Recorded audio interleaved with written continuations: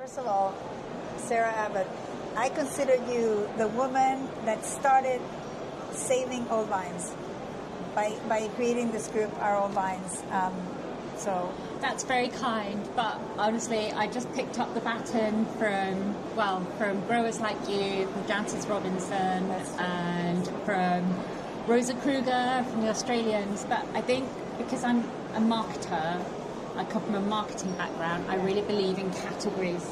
It's a category that's international because there's old vines everywhere. So it's such a uniter of people who love wine, this category, because it's not Argentina or Italy. It's unifying, and it reminds us of the humanity and the long generational connection of shared wine farming and wine drinking culture. And that's really powerful. Actually, for vines, personifying them actually might be good, because it might make us care more and have more empathy and more concern for what's happening to vines being pulled out. So I actually think in this particular field, what do you think about that? Well, I think the idea of plants being our kind of silent sisters that kind of mirror our path through life is a really old one in general. So trees are being personified in so many imageries and sort of sacred texts for absolute years. Vines are like the most neurotic plants, they need so much looking after. So they kind of hold all these years, these vintages of care, and each vintage is like a palimpsest, it's like another groundhog year. So I think it's natural to start to relate them to the lives of the people who have held them. So they start to become almost personifications of that care. So I think it's fine. Oh, thank you for the approval. And the interesting thing is that actually they can live longer than people. And my sister today was saying how we have a vineyard named after her, Adriana, and the thought that it's going to outlive her gives her a lot of comfort. And that is beautiful. One of our vineyards, Angelica, that's planted in 1922 to 24, that is in your old vine registry. And the truth is, my grandmother died in a car accident, so I never met her. I'm really sad. But she lives through this vineyard, and we're always talking about her because we're talking about this vineyard and we're going to these vines, and the fact that she went to those vines and saw them and was there is so powerful, right? Yes. Yeah. And then also the vineyards that we plant today will become the old vineyards of tomorrow. And so we learn to sort of plant to grow old. That's a concept that Rosa Kruger at the South African Old Vine Project is really strong on as well. And I think this idea that we're learning from all the expertise and adaptation that's contained in old vineyards means that they're not just a sentimental antique. They're like an arc of resilience for the future. About the taste of old vine wine. Yeah. So do you think there is something particular about the way wines taste when they come from old vines? I think good old vine wines, if they're made well, right variety, right place, have a certain vibration, a certain depth, and a kind of integration of perfume with tannin. So I don't think that it's as straightforward as saying, here's a flavour that comes from old vines.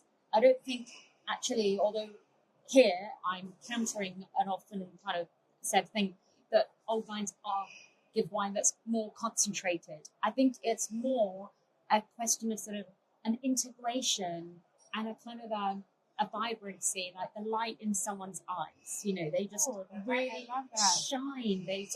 I just feel they vibrate at a more energetic frequency. Of course, they have to be made well. They have to be farmed well. Yeah. They have to make sense. Yeah. But when they are great, they have this extra dimension of just intensity and personality. And I completely agree with you that they are not necessarily more concentrated in a tannic sense. Yeah. Because you do have lower yields, but you might not have more tannic concentration, but there is something about them that is just, more original. And also that I think that with vintage variability, they really express the place. Yeah. I think better. The young vines, the first couple of years, every year could be very different. And the old vines can be different, but there's something that is, expressing that one place that is reliable year after year. And it would not necessarily be more structure, which is what people might think. Yes. And if you think about an old person is less strong maybe than a young person. However, they have all that knowledge. They might have less physical mass. Exactly, less physical strength. And it's the same with old vines. They're perhaps a little less strong physically, but they have something really special. I love that. Yes. Yeah. And I think also, this might be slightly anticipating your question, but just, wine is made by humans. And in any kind of creative endeavor, an inspired human, a connected human, a human who's got some kind of muse or influence, creates something that is just more beautiful. So I just observed all the growers working all over the world with old vines. These old vines are like muses to them.